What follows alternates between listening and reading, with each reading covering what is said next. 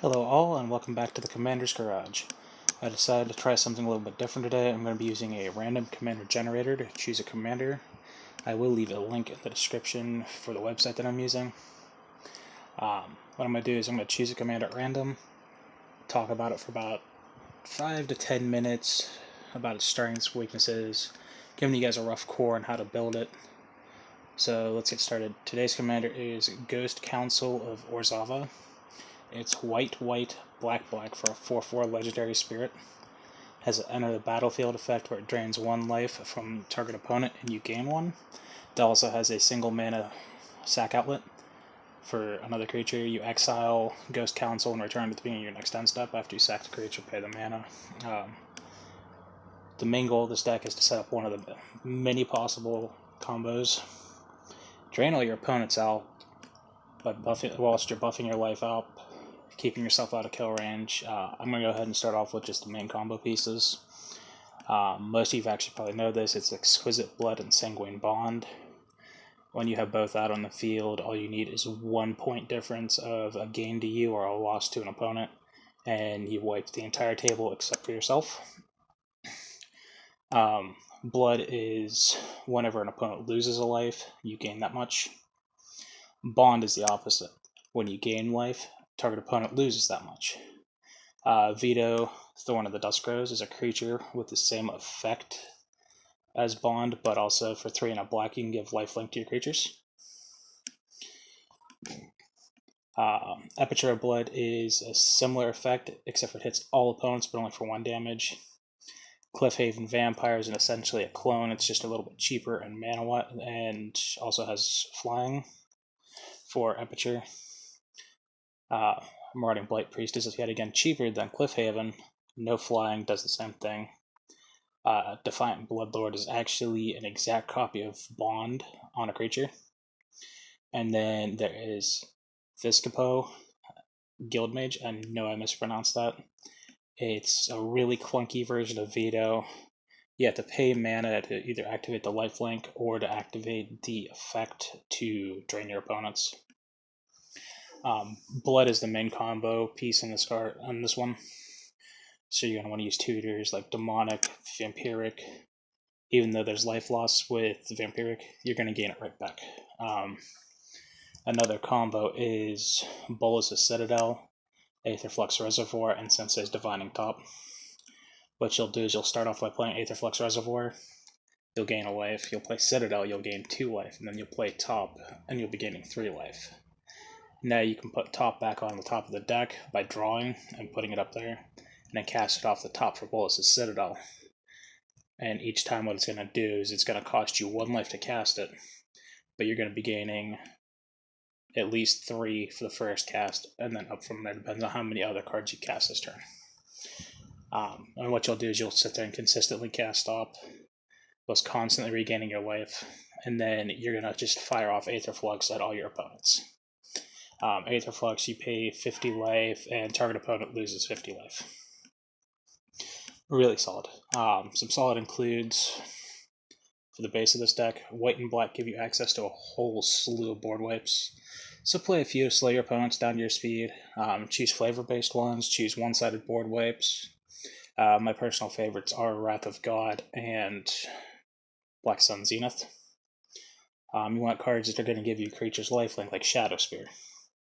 You want evasive creatures that are really hard to block, this way you can get in for the damage to trigger off everything. So creatures with Shadow, creatures with Flying. You get lots of spot removal to get rid of blockers and any type of taxing effects, like Path to Exile and Mortify. You want draw spells, so you can draw down into your combo pieces, or at least your tutors faster. Sign in Blood.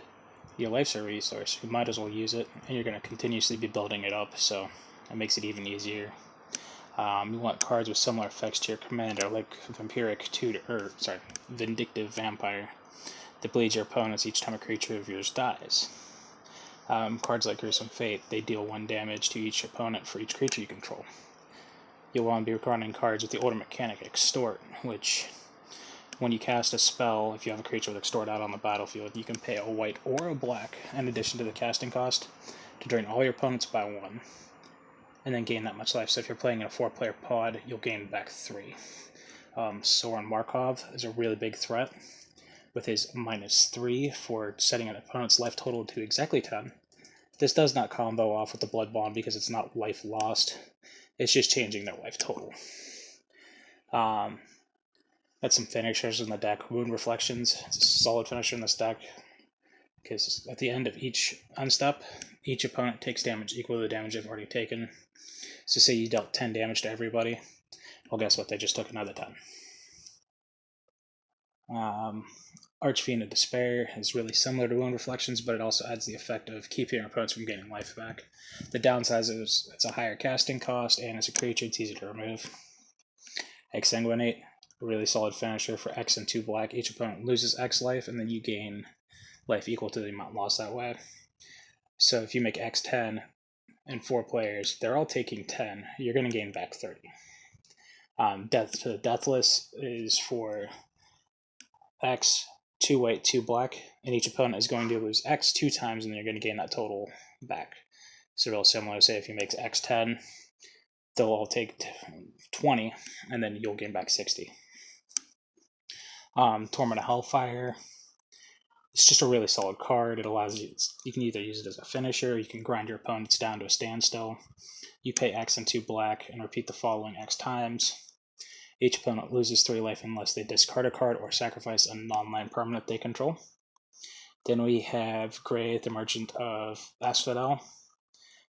You can easily finish off weakened opponents because you drain them for your Devotion of Black, or it can really start into a good solid play. I've actually had a game with Gray and Wound Reflections, and had a bunch of other black. I was in a mono black deck. My Devotion was, I want to say, 15, and my opponent was already chipped down a little bit. I had Wound Reflections out. I played Gray. We always called him Gary, and went ahead and drained him up for the rest. Like I said, I do play a similar deck in my pod. I'm going to give you guys a couple of tips. Never play Blood into open blue mana because it is the most essential of your combo pieces. Most people will realize this, and they will counter it after a couple of times. I try to bait out counter spells. I'll play something like Soren just to try to get them to use up their counter spells. You can also do a thing that I've done. I've played Bond first, let it sit there and not really do too much with it, and then wait till I have enough mana built up with mana ramp and or just by passing my turns and just slowly chipping away. Then I'll play Blood, and then I'll be able to cast something else that'll cause a trigger or have an evasive creature out that's already ready to attack. That about sums it up. You just want to have enough ramp to get up through there. So like Black Ritual, your Sigets, Soul Rings, the Guild Bounce lands to give you one of each color. You can even use the filter lands if you want. That about sums it up for this deck. As always, guys, I appreciate you guys watching my content. Share it with your friends, and I will talk to you guys later.